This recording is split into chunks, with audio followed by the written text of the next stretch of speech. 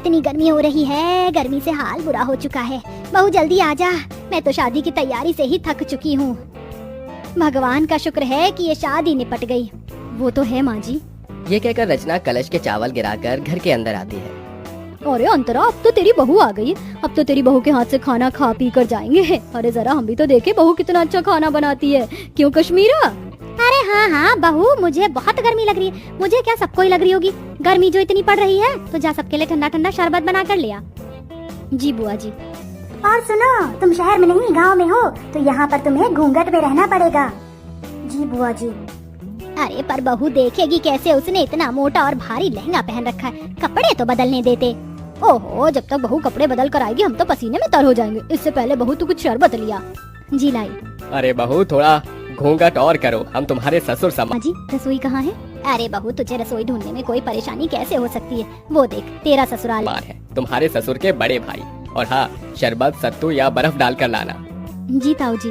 एक कमरे का है, इस एक कमरे के कोने में हमारी रसोई। वो देख, जा जाकर शरबत बना दे, सभी मेहमान इंतजार कर रहे हैं। इसका मतलब हमारे सारे रिश्तेदार यहीं रहेंगे, इस एक कमरे के ससुराल में।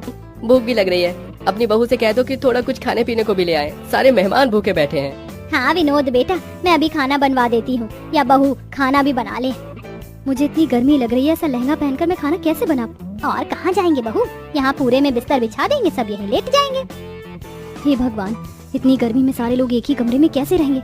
ऊपर से रसोई भी यहीं है, सारी गर्मी इधर ही आ पाऊंगी। और यहाँ तो कोई कमरा भी नहीं है जहाँ मैं चेंज कर पाऊँ।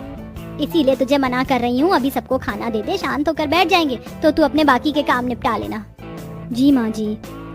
जाएगी, ऊपर से मुझे ना कपड़े चेंज करने दे रहे, ना घूंघट हटाने दे रहे। मैं तो ऐसी गर्मी में पागल हो जाऊंगी। ये कैसी जगह शादी हो गई है मेरी। इतना कहकर दिल पर पत्थर रखकर उस एक कोने की रसोई में रचना बड़ी मुश्किल से घूंघट में शरबत बनाती है और एक एक करके सभी मेहमानों को शरबत देती है। अरे बहू, इतना सा ही शरबत बनाया था क्या? अरे जरा अपने घर के लोगों को तो देखो, सारे मेहमान हैं, जाओ और शरबत बना कर लेकर आओ। जी अभी लाई। अरे अंतरा मामी बड़ी मुश्किल से रचना खाना बनाने के लिए लहंगे में बैठ पाती है। पूरी सब्जी बनाते बनाते उसे पसीने आने लगते हैं। हे भगवान, मैं तो थक गई। पता नहीं कैसे लोग हैं जो इस एक कमरे के ससुराल को समझ रखा है। और नहीं, बहू इन्हें नौकरानी लग रही है। आते ही नहीं बहू से कोई काम करवाता है क्या? अरे बहू, मेरे भतीजे का भूख से हाल बेहाल हो रहा है, जरा जल्दी खाना बना। तो पूछते कि इतने लंबे से घूंघट में, भारी से लहंगे में मैं कैसे बार बार सबको खाना परोस रही हूँ, ये मैं ही जानती हूँ। आपको क्या है, अपना सहरा शेरवानी उतार कर बैठ गए हैं चार जनों में की करने। अरे रचना, ऐसी कोई बात नहीं है, मैं माँ से बात करता हूँ। अरे बेटा, यहाँ बहू के साथ क्या कर रहा है? हमारे साथ भी आजा, बैठ जा। और बहू, राजन विनोद की प्लेट खाली है, जा उन्हें सब्जी पूरी दे दे। जी जी अभी। और तुम तो छोड़ो मेरा हाथ। खत्म हो जाने पर बैठने आती है कि लहंगे की वजह से उसका पैर फिसल जाता है और माधव उसे संभाल लेता है। रचना, तुम ठीक तो हो ना? आप तो रहने दीजिए, आपको मेरी कोई फिक्र नहीं है। अगर फिक्र होती।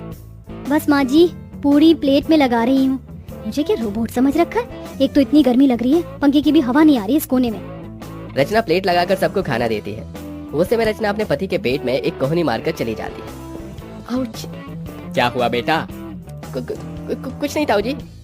फिर सबको खाना देने के बाद रचना थक जाती है और बैठे बैठे सो जाती है। उसे देख कश्मीरा जगाने जाती है तो माधव मना कर देता है। बुआ जी, उसे उठाइएगा मत, बेचारी गृह प्रवेश के बाद से ही सबको खाना दे रही है, एक पल के लिए भी बैठी नहीं है। और देखिए कितना पसीना आ रहा है, उसे लहंगा भी नहीं उतारने दिया आप सबने, थोड़ा तो रहम कीजिए। ओहो, देख रही है, तेरा बेटा अभी से ही बहू के पक्ष में हो गया। चलो अच्छी बात है, हम कौन से तुम्हारी पत्नी को परेशान कर रहे हैं, सोने दो।